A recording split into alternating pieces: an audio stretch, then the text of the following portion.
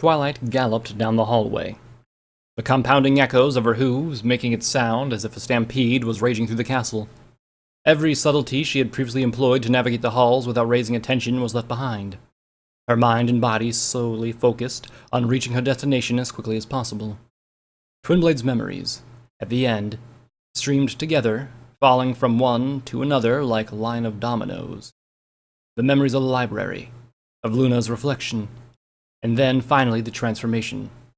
It had been so horrific. What Twinblades felt and experienced had been buried into Twilight's mind so deep. It was like she was enduring the pain herself. But in enduring that pain, Twinblades had passed on the message to Twilight that she needed. If her title as princess meant anything, she was going to ensure that Twinblades was properly rewarded and honored for her actions. But that would have to wait. At the moment, only one thing mattered to Twilight. She had to see the painting in the library. The mirrors. They were the truth in a castle that was filled with lies. Princess Luna, or whoever the creature was that she had first met in the castle, wanted her to smash any mirrors she found. The bathroom mirror, after she defeated Cadence, warned her not to snuff the lights. The mirrors in the lair of the Headless Horse reflected Princess Celestia as Nightmare Moon. That had to be the real Princess Luna, twisted by fear. Who else would be afraid to become Nightmare Moon? Who else, in a fear-driven transformation, would develop a jaw so perfect to gobble ponies up with? Yet, there were some inconsistencies. The Headless Horse, when viewed in a mirror, looked like a regular pony. Yet, when fake Princess Celestia was reflected, she looked as Nightmare Moon. If things were consistent, the fake Celestia should have been reflected as Princess Luna, but that's not what happened. There was still something else going on, still questions left to be answered. And the game was not simple, and the longer she didn't understand what was going on, the greater danger of making a fatal mistake. Skidding around a corner, the doors of the library came into view. Twilight pushed herself into one final sprint, galloping into the library before smashing the doors shut behind her. Then, as she had just done when first entering the castle, she fortified. Suppressing and struggling against her unusual level of respect for libraries, she grabbed books off the shelves and threw them into a pile against the door. Spines got bent. Pages became folded and torn. It was a literal massacre. But Twilight didn't have time to scold herself. With the door secure, she began running between shelves. There was something there, a final tool left behind by Twinblades. There was a chance it had faded away, disappeared like any other changes that had made the castle when someone else wasn't looking. Yet, for the second time in the one library, Twilight's luck bore fruit. She saw a glint of metal, and with a triumphant smile, she yanked the source from the bookshelf with her magic. It was the broken sword from Twinblade's wingblade. It was the surface that was reflected as it had been in his master's memories. The blade held in her levitation spell, Twilight ran out from between the bookshelves and up the library's hearth, which still burnt with the fire she had set upon her first visit. The portrait of Princess Celestia was still there, hanging and looking as beautiful as it had upon her first visit. The frame, however, seemed to have deteriorated more. A few pieces had fallen to the floor below, and the whole painting was now hanging lopsided. It looked as if it could fall at any moment. Twilight cast her magic to try and straighten the picture. There was something unnaturally disturbing about the fact that it wasn't level. The picture of her mentor had been straight when she came to the library, and it had been straight in Twinblade's memory. The fact that it was now crooked was something in the castle had changed it without her being there. It was unsettling. The portrait, however, wouldn't budge. No matter which angle Twilight tried to apply her magic, it was like the canvas and its supporting frame had been cemented to the wall. It only made Twilight more concerned about the state the painting grew. It was another question, one more thing that didn't make sense. Why was this painting different than the rest in the castle? Why could she affect everything else except for this? More questions. Even with the answers she found, Twilight felt the list of questions in her head was only growing longer. Still, she had a brief moment that some answer would come soon. Gripping the broken blade tighter in her magic, Twilight turned her back to the painting and held the reflective sword up to her eyes. She tilted and turned it for a few moments, before finding the appropriate angle, viewing the portrait in the reflective surface. The Princess Celestia in the portrait was already looking at her, eyes locked with Twilight's through the reflection. Her gaze was a happy one at first, but quickly changed to one of concern and urgency, not even giving Twilight a chance to speak. Celestia began mouthing her words. Her lips slowly formed each syllable, constructing the words as much emphasis as she could. Twilight watched and read those lips, trying to mouth out the words for herself as Celestia spoke. Go to Ms. Maze? Go to Maze? She said, to which the portrait of the princess gave an encouraging nod. Twilight returned the smile, continuing to speak aloud. Band? No, find! Find that,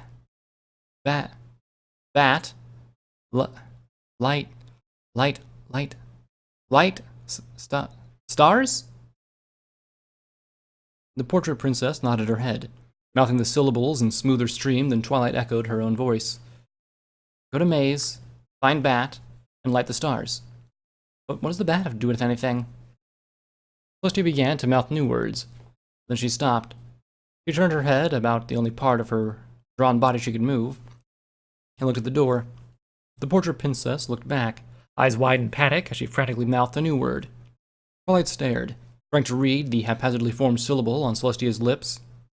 A chill ran down her eyes, her back, as her mind finally recognized what was being said. Run. Twilight, are you in there? Princess Luna's voice called from the far side of the barricaded doors. I have finally uncovered Discord's game. If you would believe me, I am sleepwalking right now in a lucid dream. It is the kind of loophole even Discord could appreciate. Still, I will need your help, Twilight. I know where the last light is. Please open the door. Run. Celestia's portrait mouthed once more with greater urgency. Twilight, I know you're in there. Please let me in. We can finally be done with the game. We just need to put out the last candle. It's nearby even, just down the hall. Why don't you come out? Run. Twilight, let me in. Something pounded against the exterior of the door, each impact carrying with it additional weight. Twilight, as a fellow princess, I demand that you let me in. This is no time for fool's games, Twilight. Twilight Sparkle, let me in. The strong impact against the door caused it to bow in. The hinges started to pull themselves from the wooden frame. Twilight froze in place, thinking about what to do next. Celestia's portrait, the rest of the library, she began to look between everything. Celestia kept mouthing to run, but to where? The library had no other doors. Twilight began to bounce anxiously on her hooves. Where should she go? How was she going to get away? The doors were hit again, this time sounding as if a freight train had crashed into them from the far side. The hinges were on the verge of giving way to the wooden doors themselves as they were beginning to splinter. Twilight had a few more seconds at best before the fake Princess Luna got through. She had to think of something. Prince Armor, we located Luna's key. Shining Armor turned, stretching out his magic as he accepted the key. Around the sealed entrance to the crystal caverns, he had assembled 5 squads of guards. Others were on their way to reinforce them, but in Shining's mind, they had already wasted too much time. On the floor, one key already lay discarded. It was the key given to the castle guard, to be used only in emergent situations when they absolutely needed to get into the crystal caverns. It was the key that hadn't worked in the lock. What about Princess Celestia's key? Shining asked. We weren't able to locate it, sir. Well, we had better hope that this one does the trick then. With that, Shining turned and slid the key into the lock. And when he tried to turn it, but like the guard's key before, it only turned 1/8 of the way before coming to a stop. Shining furrowed his brow and tried to force the key to turn. The padlock and chains began to glow in reaction, the magic they contained fighting back. The first key proved to fail first. Its metal glowing hot red and melting out the lock and into a pool on the ground. Shining cursed and threw what little bit of the key his magic still held. He then looked back at the guards, glaring them down coldly. Go back upstairs and get the breaching squad. But sir, that's one of Princess Celestia's spells, Pathfinder said. You really think they'll put a dent in it? It's a long shot, I know, but we have to keep trying, he said, to which the other guards nodded. The soldiers who had delivered Luna's key turned and galloped up the stairs. The other squads resumed preparing themselves while Shining Armor walked over to where Twilight's friends were sitting. What the hey, Shining? I thought the key was supposed to open the door, Rainbow huffed, hovering anxiously. It was. It's like somebody changed the lock. He glanced back at the door. I'm not even sure that Princess Celestia's key would work. But we did find it. Aren't there any other ways into those crystal caverns? Applejack asked. If there were, they were sealed.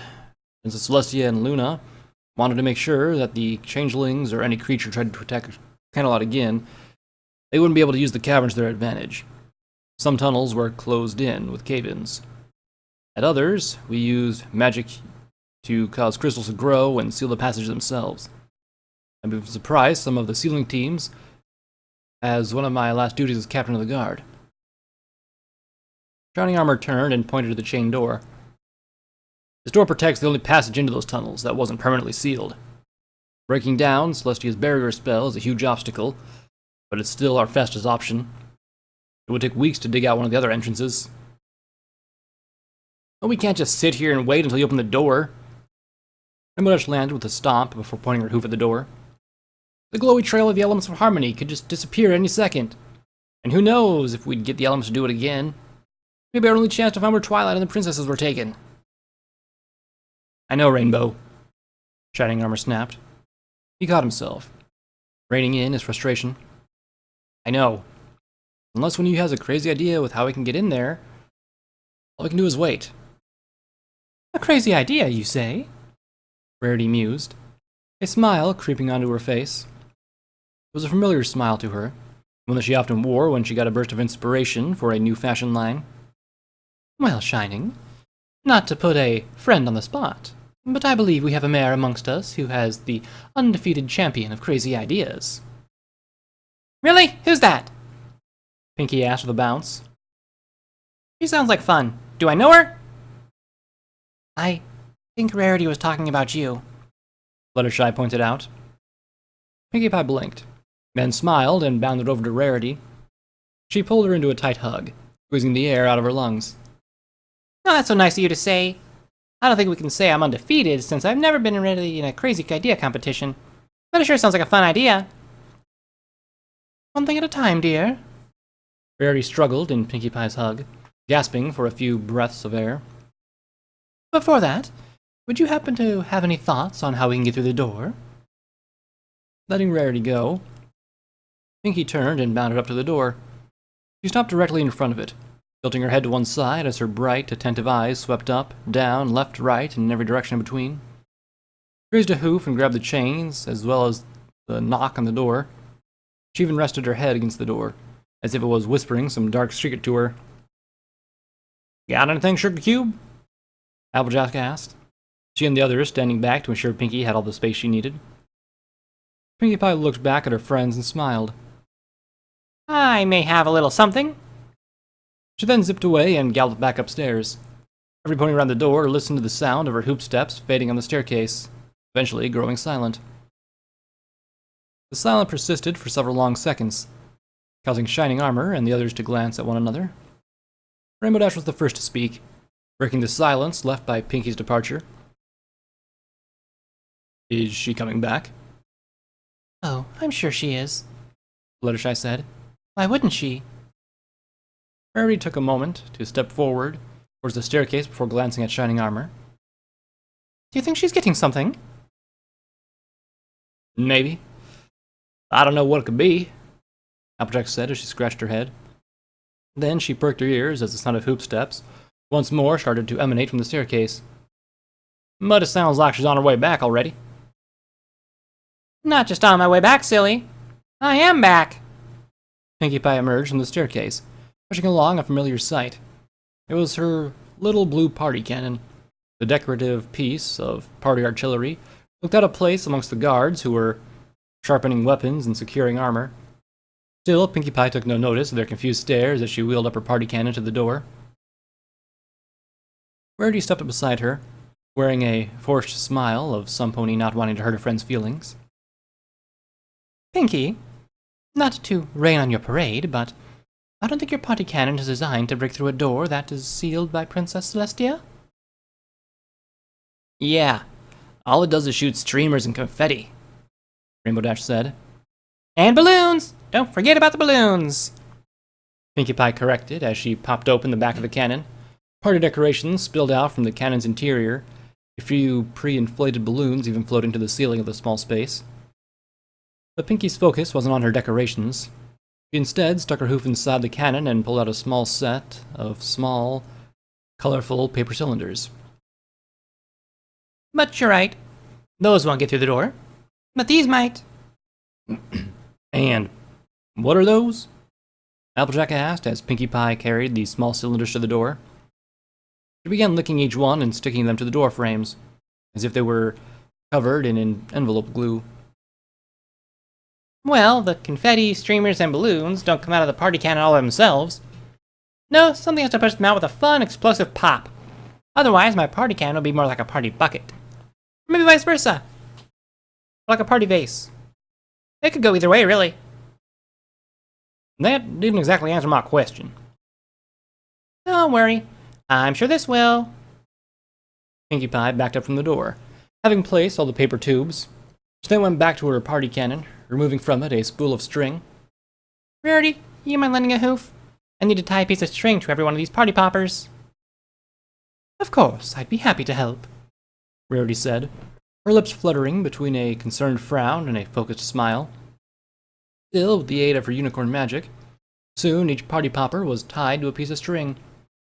The strings themselves led back to Pinkie's party cannon, where she was trying to tie them to a mechanism inside the cannon. There we go.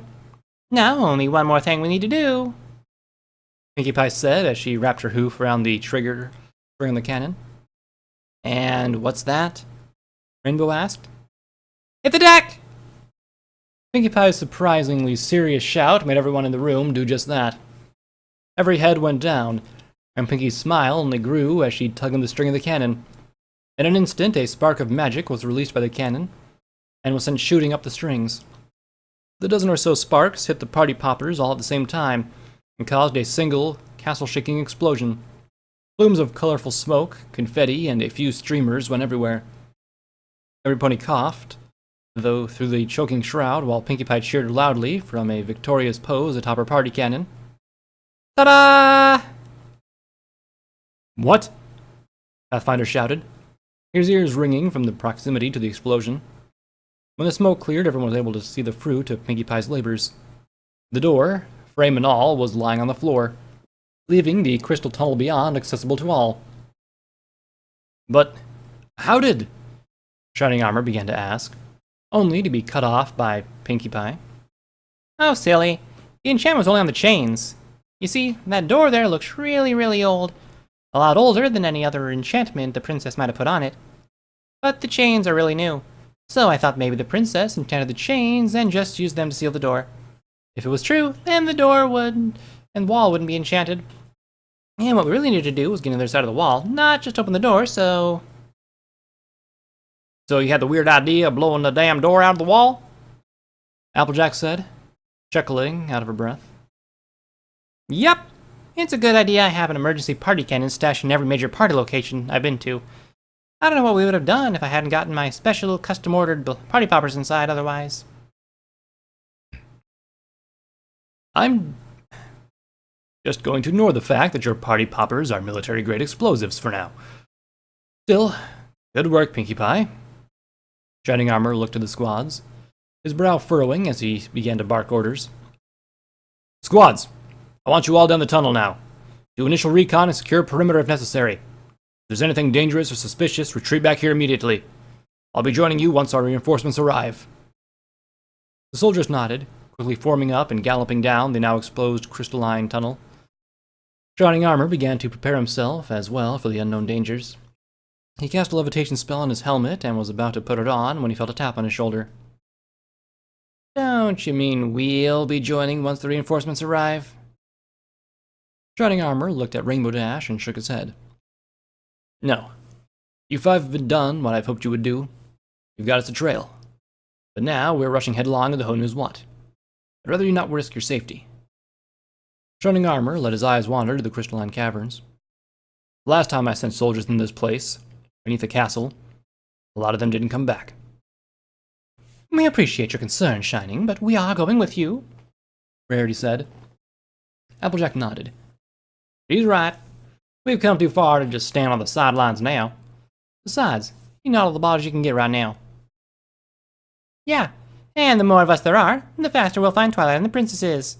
And the sooner all that happens, the sooner I can throw a party celebrating the fact we can find them all, Pinkie said with an optimistic bounce. Fluttershy? Shining Armor asked, looking around for the quietest member of the group. Fluttershy poked her head out from the staircase that led to the rest of the castle, still shaking a little from Pinkie's explosions. I know it's going to be scary, but the girls are right. None of us can abandon Twilight. Shining Armor sighed, a frown on his lips as he put his helmet on. Okay, but remember, this place is like a maze. Cadence wandered for days trying to find a way out and ended up walking a lot of circles. Stay with me at all times, and you do what I say when I say it. We understand one another? The mares nodded. Then let's move out.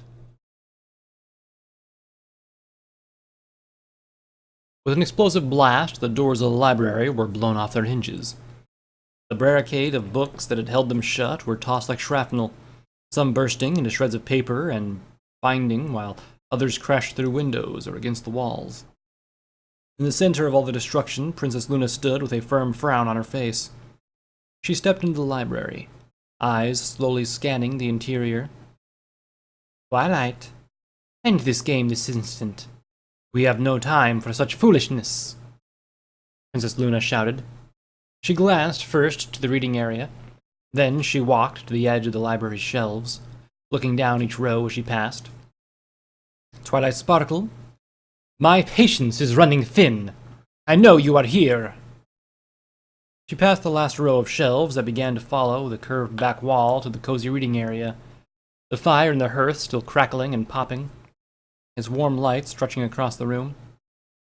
This fire did not start itself, Twilight, nor did the door blockade itself. I also sensed no teleportation magic. I know you are still here. Why hide from me at all? Is it because you fear me? Then you must realize Discord's game is taking hold. You must resist it, at least until I can cast the spell on you that I placed on myself. Luna paused at the odd sensation of something under her hoof. She looked down and raised a foreleg, revealing the broken wing blade she had just stepped on. She lifted it in her magic, eyes hardened as she looked into the reflective surface. I see. It would seem Princess Celestia's regard for your sleuthing is not without merit, though I can't help but feel you got some help. Her eyes wandered to the portrait, glaring it down. Even with your dwindling influence, Celestia, you still managed to resist. I would even find such persistence admirable if there had been any hope to begin with. But I do suppose this revelation has its advantages. I can end this farce, for once, and begin to be more direct. Twilight Sparkle, I am going to kill you. Twilight tightened her muscles, trying to shrink her body more as she hung from the rafters of the library.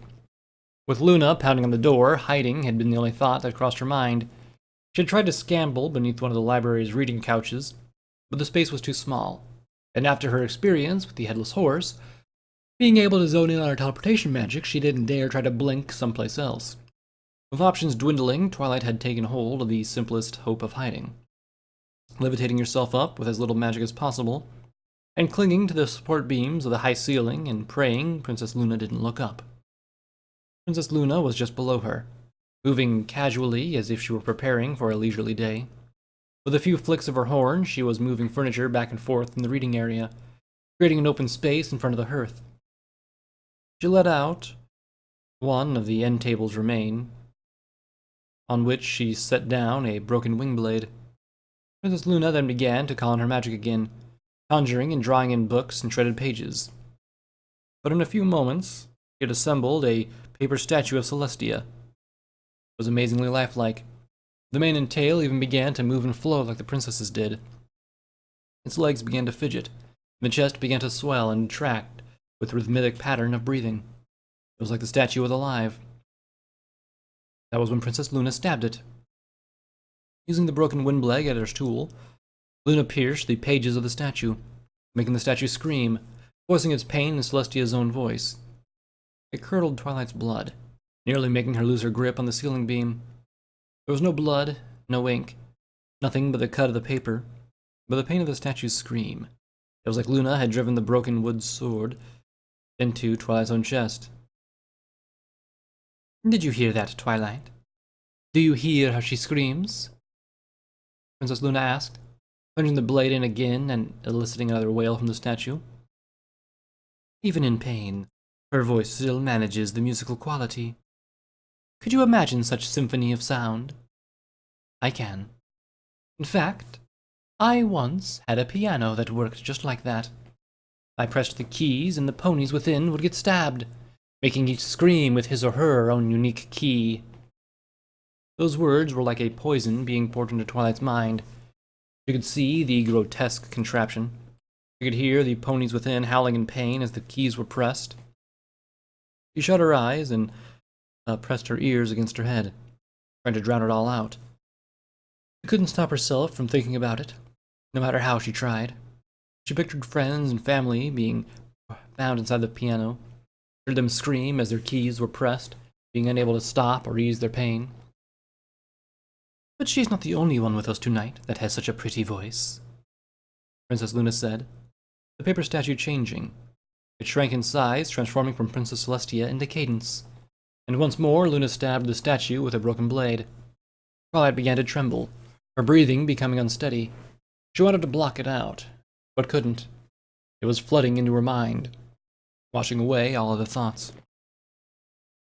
You have a pretty voice too, don't you, Twilight Sparkle?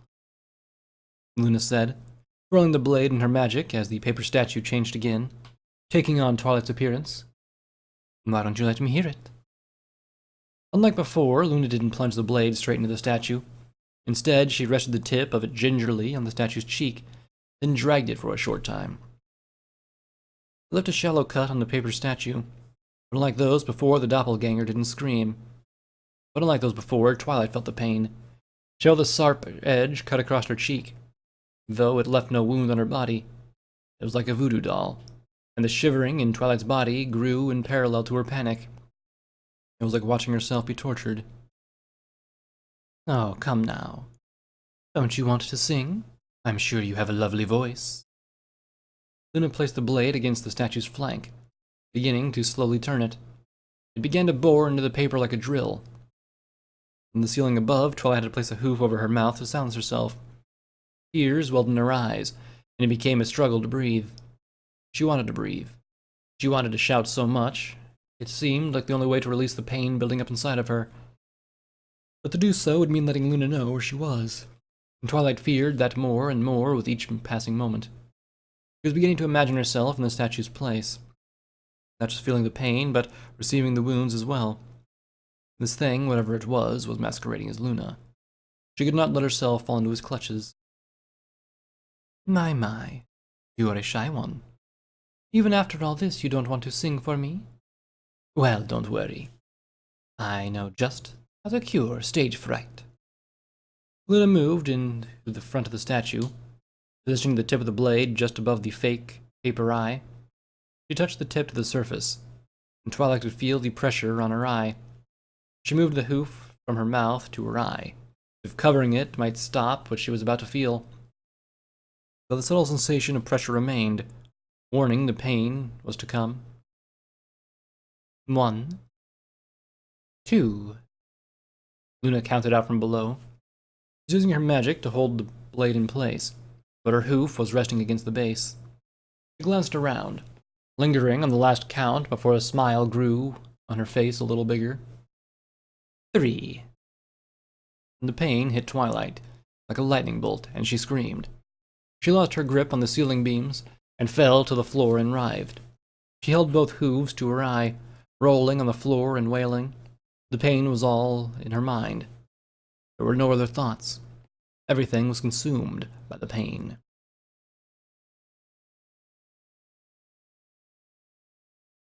The scream hit every pony like a bolt from a crossbow. There was no questioning what they heard. They all know Twilight's voice, even when it was twisted into a blood-curdling scream.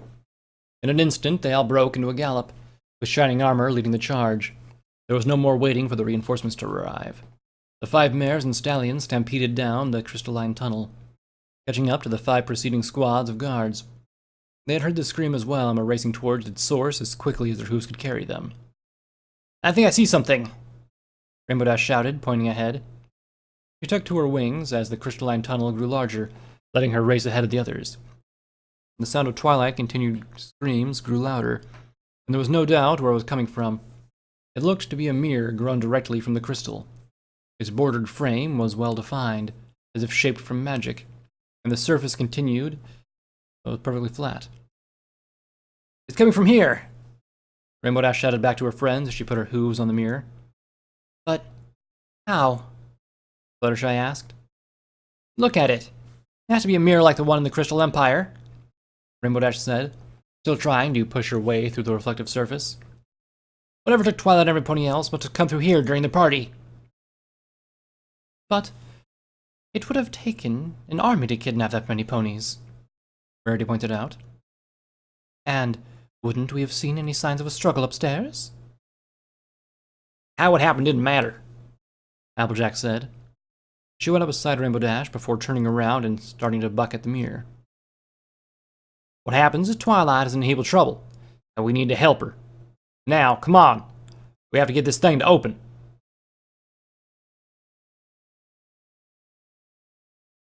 "Ah, there you are," Luna said, as if she hadn't heard the screaming for the past several seconds. She took the blade from the statue and walked to Twilight. "I'll admit I wouldn't have thought to look for you up there. You've been taking pointers from a particular bat, haven't you?" The pain was beginning to fade, the strange music of the statue leaving. She began to regain control of herself, lowering her hooves from her eye. She was still trembling, but she began to struggle against the unrelenting quiver of her muscles. Reaching out a hoof, Twilight tried to pull herself away. She tried to crawl, if only to delay her capture, but she felt a hoof on her back, pushing her to the ground. She managed to turn her head enough to see Princess Luna, pinning her down. The fire from the hearth cast dark shadows on her face, revealing a twisted smile. She held the broken blade, its tip pointed directly at Twilight's exposed back. "Now my conquest will be complete." Twilight shut her eyes, not wanting to see it coming. This was it. It was over. She'd never see her friends or family again. She'd never read another book or have another hayburger. All the little and big things in her life that made it all worthwhile was being taken away in a single stroke from a broken sword. She could feel Luna's weight shifting, pressure on her back getting lighter. Princess Luna was rearing back, preparing herself. The blade would come at any moment. Where would it hit? How long would it take? How painful would it be? Twilight didn't know. And as tears streamed down her eyes, she drew in a breath.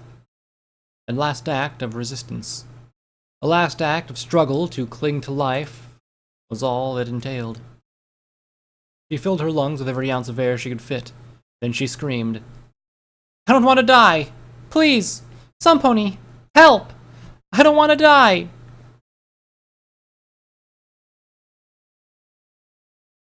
"Twilight! We're coming!" Shining Armor shouted while unleashing a blast from his horn. They were barraging the mirror with everything they could think of. Every unicorn was blasting with magic. All the Earth ponies had joined Applejack in trying to buck their way through. The crystalline mirror, however, was proving resilient. The Pegasi were making flying passes, trying to use the momentum to buck their way through the air. "This isn't working," Rarity shouted.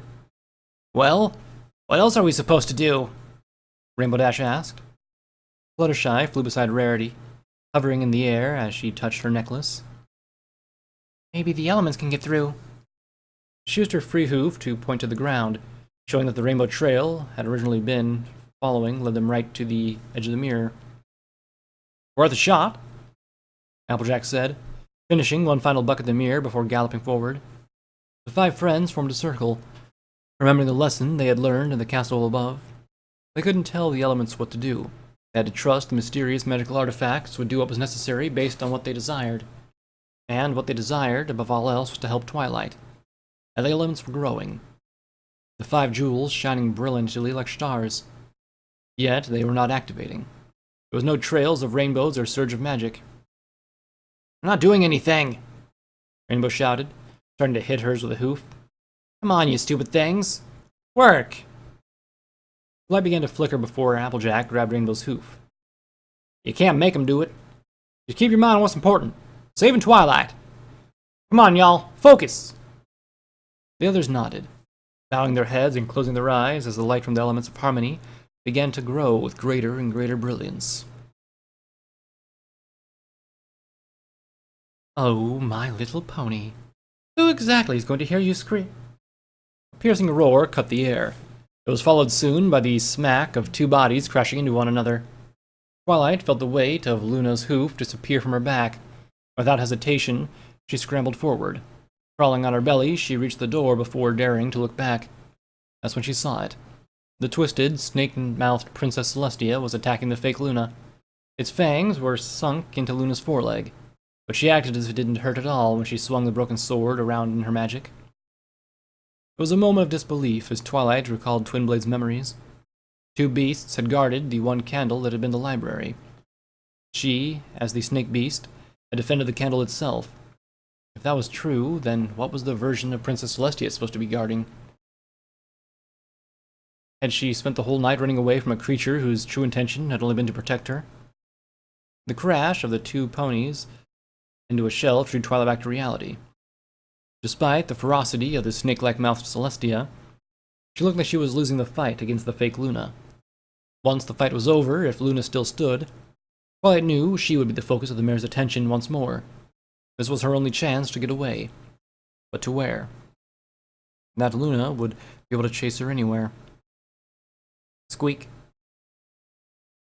Twilight spun her head around, looking to the corridor outside the library. There, hanging from a loose brick in the ceiling, was the bat. The bat from the cage of the castle outside, who played a much larger role than Twilight could have surmised. The portrait Celestia had told her to find the bat, and now it was just hanging there, looking at her. "Please, help me," she said. And to her surprise, the bat seemed to reply. It took to its wings, starting to fly down the corridor. Twilight had to jump to her hooves and gallop to keep up with it. But she did. She raced after the bat, leaving the fight in the library behind, as she was led to who knows where. It wasn't long before Twilight felt the cold air of the night on her face. The bat had led her outside, the pair passing the statue where she had found it caged. It flew from roost to roost, stopping to hang upside down periodically as it waited for Twilight to catch up. Still, soon Twilight recognized the path she was being led down. The acidic smell of ash began to reach her nose, and her hooves began to blacken from the soot of the earth. They were approaching the burnt remains of the castle maze, which had been all but leveled by the explosive force of Philomena's demise. Twilight, when she had looked at the aftermath from one of the castle's windows, had been sure that nothing survived the blast. But now, as she was being led back, she began to notice small mounds sticking out from the otherwise flat blanket of ash. From a few of those mounds, some pale bits of stone stuck out. And the more she saw, the more Twilight recognized what they were. They were the bits of the statues that had dotted the maze. She saw the half-scattered face of the dragon and one of the widespread wings of the griffin. To say the statues survived the explosion was inaccurate, but they had fared better than all the flammable foliage that had once comprised the maze. What was she supposed to find here? She had already done 2 of the 3 things the portrait Celestia had been telling her to do. She had found the bat and gone to the maze, but how was she supposed to relight the stars? The candles were gone. They disappeared when all the rooms went back to normal. This felt like it was important. These were the 3 instructions this portrait Celestia had managed to give her before they were interrupted. This was maybe her chance to stop all this. To really stop it. She didn't know what to do. Another squeak from the bat drew Twilight out of her panic. She turned, looking to see the bat had landed on the ground. It was sitting on top of a bit of statue, one amongst the half-dozen or so others. These pieces were different. They weren't covered in soot, and from the lines in the ash surrounding them, the pieces had been dragged closer together. Twilight trot closer, looking over each piece. The biggest piece, well, that hadn't moved like the others, was the body of the Eastern Dragon. Then she saw more limbs from the other statues. The Chimera's paw, the Hippogriff's claw, and the hind hoof. There was a horn from the Chimera's goat head, and one from the antlers of the dragon statue as well. The Hippogriff's other wing was laying amongst the other pieces. It was all just random bits and parts, yet they were familiar bits and parts. The realization hit Twilight, a familiar spark in her eyes. She began to levitate the pieces, taking each one and starting to assemble it into a familiar shape. Her confidence was growing as she found the pieces beginning to fit together, even though they were different statues originally, as if they had once been made to go together. It was a creature she knew. A creature her friends knew. One they had to deal with, yet called friend. It was Discord. Was this what Princess Celestia wanted her to find? It had to be. He could help her put everything right. She just had to get him back together. The bat had even taken its place, resting on the statue's back with one of its wings. Extended. It was all fitting together. The claw, the paw, the snake tail, even the goat head, though she had to replace one of its eyes with the eyes from the hippogriff. The desperate fillings of doom are so amusing. Twilight froze, holding Discord's singular fang in her magic. It was the last piece. She made a moment's panicked decision and jammed it into place. The statue was complete, but nothing happened. It didn't start to move or change into Discord's real body. It was just a statue. Even the bat from earlier had become part of the stone. The meaty thud made Twilight look around. The beaten form of the serpent Mount Celestia had been tossed at her hooves, broken, bloody, and on the brink of death. Further away, standing triumphant, with no scar or wound of her own to speak of, was the fake Luna. She was holding the broken blade, which now dripped with blood. "I'm afraid you've lost this game long ago, Twilight Sparkle," the fake Luna said, beginning to walk towards Twilight slowly. Each step she took made Twilight inch backwards, until her flank was pressed against the statue of Discord. There was no much room to run. She could dart left or right, but all of it felt hopeless. Luna's eyes were locked onto her, carrying a murderous intent that could never exist in a pony's glare. "You lost before you even started playing. You lost the moment she wielded my power." Luna's body began to contort, growing in size with each step. At the same time, her features began to go wide, becoming nothing more than a shadow. The blade, which had been previously held by magic, was now grasped in a grisly hand. "You lost the moment my sister opened that book." The figure came to a stop, towering over Twilight like a mountain. Twilight looked into the darkness of the silhouette. Her mind flooded with poisonous thoughts. Hopelessness and fear began to consume her, leaving her a shivering mess at the figure's hooves. "Just as you could not turn his stone to flesh, you cannot stop what I am." Twilight froze, her eyes drifting away from the figure. She looked up through her bangs, seeing Discord's statue standing behind her. She also saw the glint of her crown, which she had held on to throughout the entire ordeal. There was a chance. If the statue really was Discord, she could turn his stone to flesh. She had the tool to do so resting right on her head, but her friends were nowhere nearby. Her element of magic was almost powerless without the others, just as friendship was meaningless without the ponies you called friends. Looking back at the statue, Twilight saw it rising, the broken blade above its head. There was no other hope. If she teleported away, the creature would chase, and she couldn't fight it head-on. Discord was her only hope, so she had to try. Even as she watched the figure's arm tense, even as the blade began to plunge towards her with murderous intent, she had to try.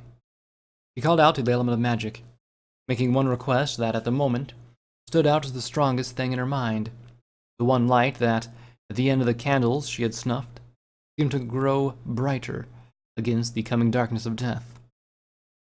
She thought, one thought, the Twilight clung to as her last saving grace. "I want to see my friends again. All my friends. Even Discord." The blade's tip was but inches away from Twilight as she felt the crown upon her brow grow warm.